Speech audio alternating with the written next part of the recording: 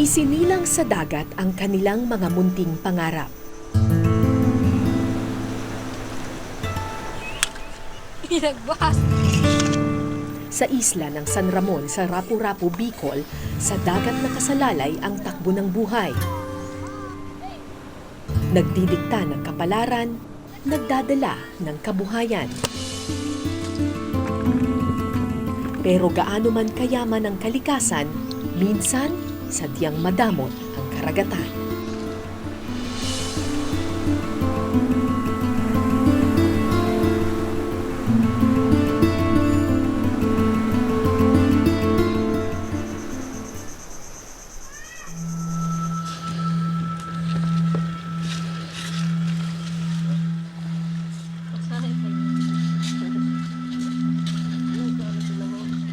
Si Biboy ang ika-14 sa 15 magkakapatid. Sa murang edad na 13, bihasa na sa trabaho ng dagat ang bata. Pag minsan di ako sumasama kay Pa, lumalaro lang ako dyan.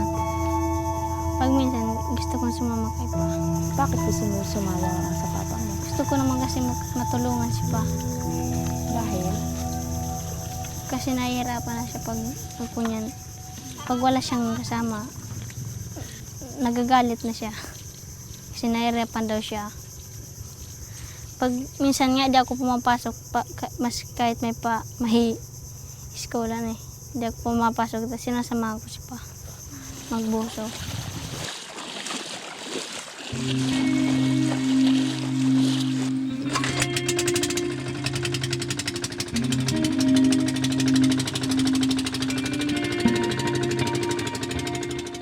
Alas 7 ng umaga naglayag ang mag-ama. Wala pang laman ang kanilang tiyan, kailangan pang hulihin ang almusal at tanghalian.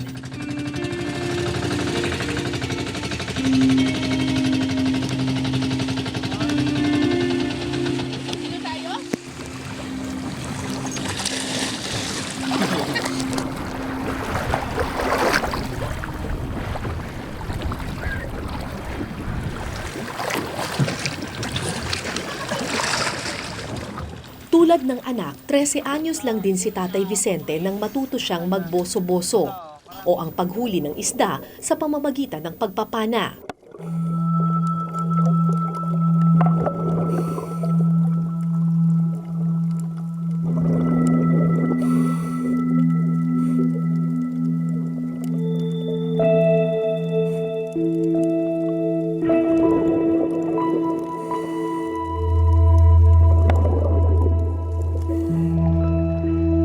Noon daw, sa sobrang dami ng isda, madali lang makahuli ng malalaking isda.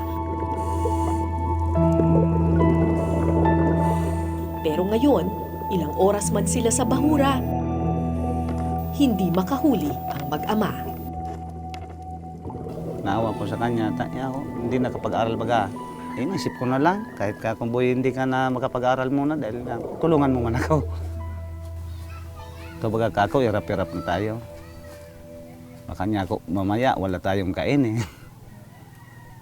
Kaya nagpapasama ko sa kanya. Kaya hindi siya minsan nakapag-aral.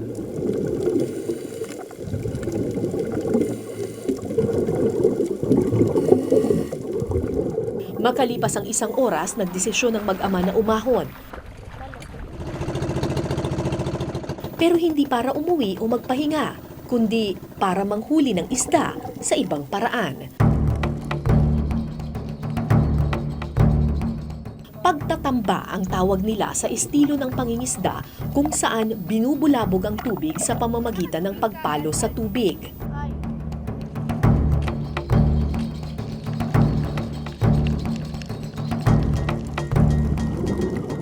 Ayon sa mga mangingisda, kapag nabulabog ang tubig, magsisilanguyan ng isda patungo sa lambat na nakalatag. Tapos pagkatapos na naubos na yung lambat, yung isang si Mamo, nagpapawalat na rin doon sa isang sa puro. Tapos tinatambahan niya, tapos tinatambahan ko na rin. Tapos yung isang kasama, may tatlo kami, nagtatamba rin ng kawayan. Pagkatamba namin, pupunpunin mo na yung lambat.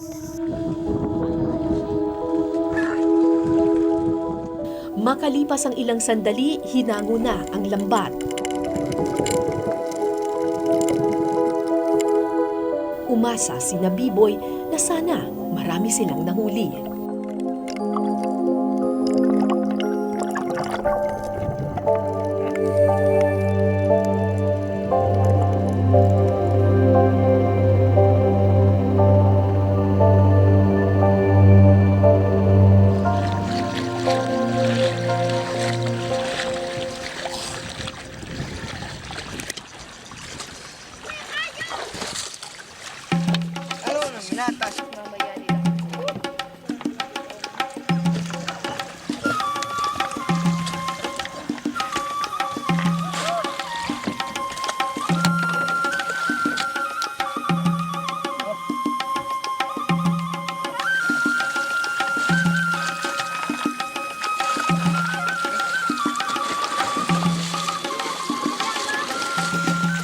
Diretso sa bahay ng financer ang mga bata.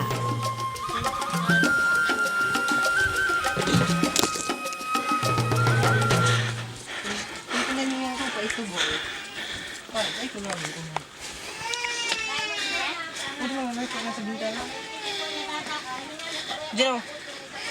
Diyan o. Isurok mo dyan o. Ayan, dyan. Ano, Paul? Maingat na inilatag ang lambat at isa-isang tinanggal ang isda.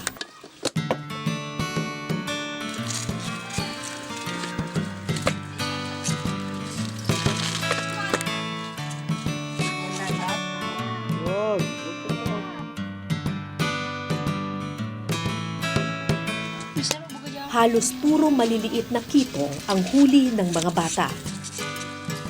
Hindi gaanong mabenta ang ganitong klase ng isda.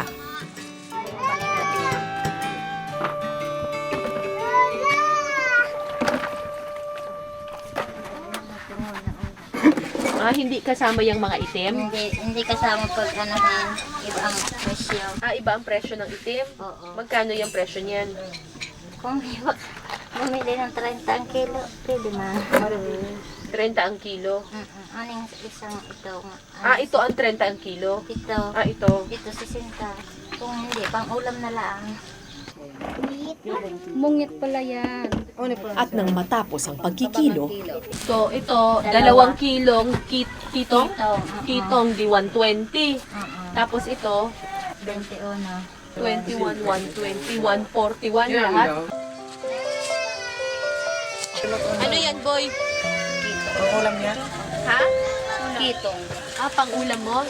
Ay, 20. higit sa 100 piso lamang ang kinita ng mga bata sa paglalambat. Ang masaklap, hahatiin pa ito sa 4. 140 divided by 4. 35. But, dadatahin na ini kay ano? Balik din na na. Umuwi si Biboy hawak ang 35 pesos na pambili ng bigas. At ilang piraso ng isda na hindi na maibenta sa sobrang liit. Paano ito ipagkakasya sa isang buong pamilya? Kapatid mo? Sa kanilang bahay, napansin ko ang isang bata, si Jimboy, ang bunso ng pamilya. Ilang taon na yan? 8. Ha? 8. 8 na. Ang laki ng tiyan, no? Kasi may, ano, may bali. Ay! Patingin. Hindi naman na anuhan siya. Ano nangyari dyan? Nung maliit daw siya, nung maliit. Oh, Nalaglag, nabalian. May malaking bukol sa likod ng bata. Dahil walang pera para sa doktor, hindi na nila pinaoperahan si Jimboy. Hinayaan na lang itong kusang gumaling at bumaluktot. Iba yan. Noon ko lang naintindihan kung bakit ganun na lang ang pagpupursige ni Biboy para kumita. May mga kapatid kasi siyang umaasa pa sa kanya.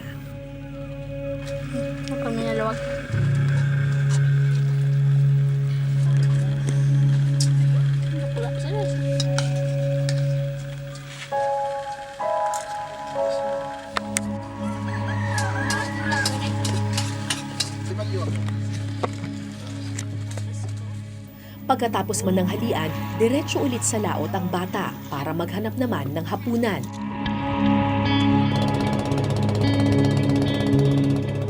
Umaasang sa pagkakataong ito, hindi na magdadamot ang karagatan.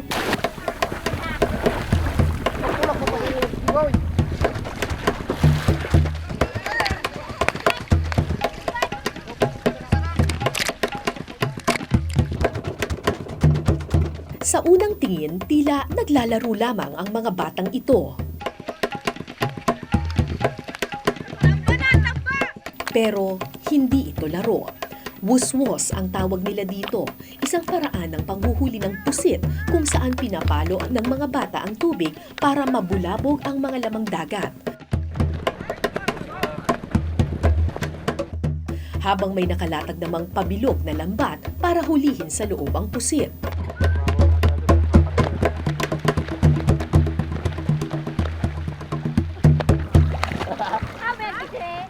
Halos 2 oras itong paulit-ulit na ginawa ni na B-Boy sa gitna ng tirik na araw.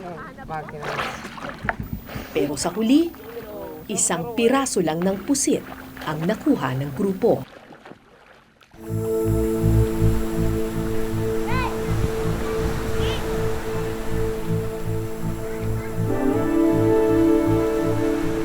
Dati-rati, marami raw talagang isda sa isla ng San Ramon. Pero sa pagdaan ng panahon, nagbago rin ang estilo ng pangingisda ng ilan. Aminado ang ama ni B-Boy na si Vicente na bukod sa pagpapana, minsan rin siyang gumamit noon ng dinamita para manghuli ng isda. Paano, wala kaming makukuhaan, wala kaming sariling lupay. Kaya ang sarili mi, laot talaga. Diyan lang kami. Saka ko ang pagkain. Pero nang unti-unting naubos ang biyaya ng dagat, doon nila natuklasan ang mapait na epekto ng pagdidinamita. Ngayon, balik sa tradisyonal na pangingisda ang mag-ama, pero tila ba nagtampo na ang dagat.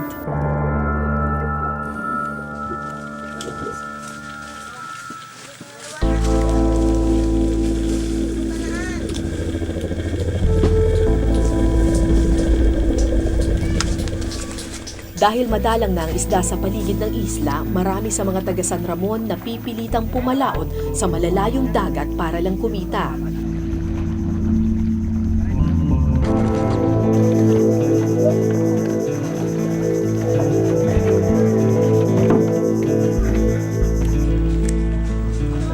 Taksay ang tawag sa ganitong klase ng bangka na karaniwang nagsasakay ng hanggang 30 mangingisda.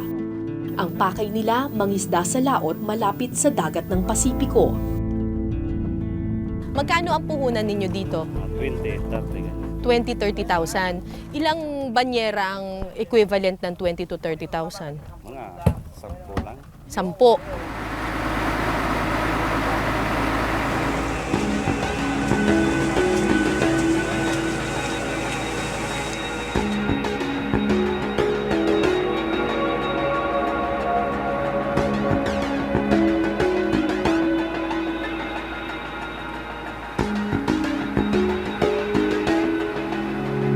Sampung banyera ng isda ang pakay nilang makuha ngayong gabi para kumita ng pera ang bawat isa. Pag mas mababa sa 10 banyera, tiyak, lugi sila.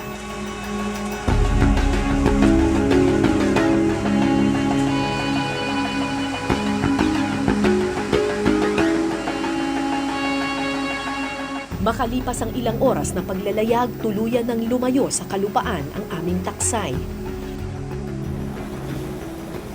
Halos 3 oras na kaming bumabiyahe, pero ang sabi ng mga mangingisda, malayo-layo pa raw bago namin marating yung boya kung saan nandun daw yung maraming isda na paglalagyan nila ng kanilang lambat. Kung makikita ninyo, yung tubig dito, very, very deep blue na siya. Indikasyon niya na talagang sobrang lalim na ng tubig dito.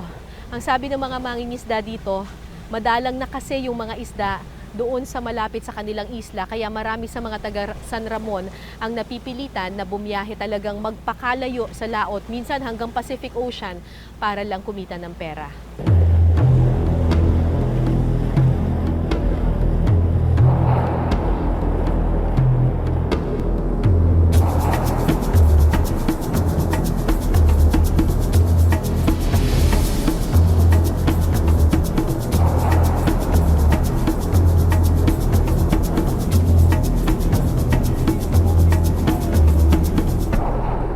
Palubog na ang araw nang marating namin ang boya na kanilang hinahanap.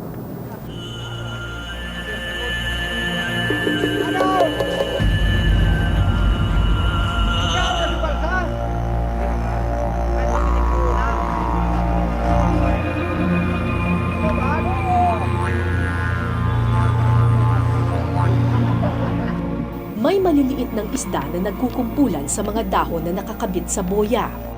Ito na yung hinahanap nila na boya na inilagay many months ago. Tapos nilagyan nila ng mga dahon ng niyog para ito yung makaka-attract daw dun sa mga isda. So, hopefully, maraming na-attract na isda ito. Para kapag nagtapon tayo ng lambat, maraming makukuha.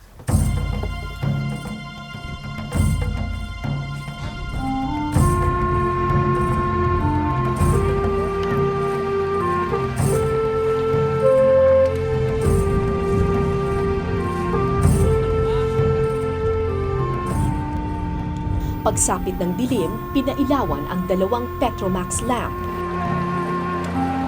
Pagkatapos, pinalutang ang mga ito sa dagat. Paniwala ng mga mangingisda, ang sinag mula sa lampara ang aakit sa mga isda na lumapit sa boya. Habang palutang-lutang ang liwanag, naghanda muna para sa hapunan ng mga mangingisda.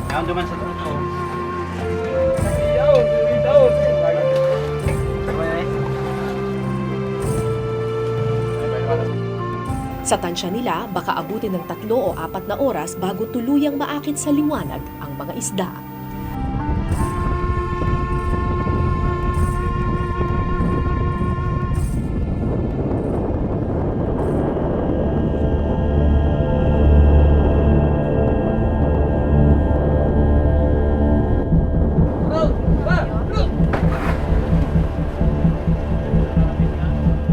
Hating gabi na nang balikan ng mga mangingisda ang boya.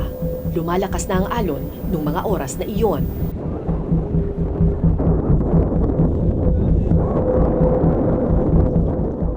Pero nagpatuloy ang mga mangingisda sa kanilang trabaho. Maya-maya, binigay na ang hudyat para ihagis ang lambat sa paligid ng boya.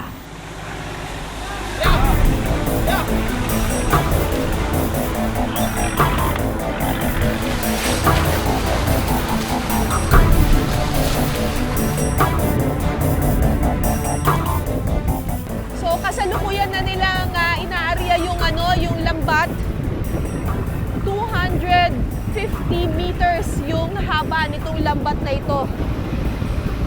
Tapos iikot ito, hihilahin ito ng bangka hanggang mapalibutan nila yung boya kanina.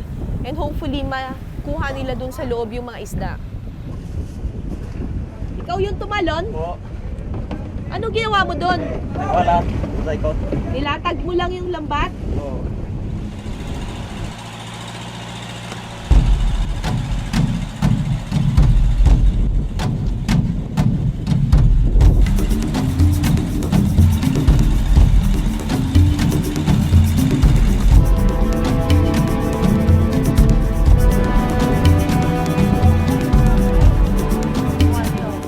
Makalipas ang ilang minuto, mabilis ding hinango ng mga mangingisda ang lambat. Tulong-tulong ang lahat sa paghila. Umasa ang lahat na sana magbunga ang kanilang pinaghirapan.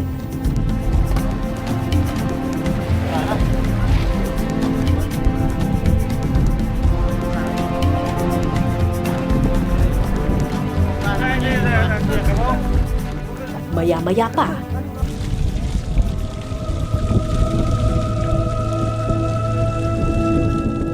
20,000 piso ang pinuhunan nila para sa biyaheng ito. Mahigit 10 banyera ng isda ang kailangan nilang makuha para kumita. Gamit ang isang malaking lambat, hinango ang unang bulto ng mga galunggong.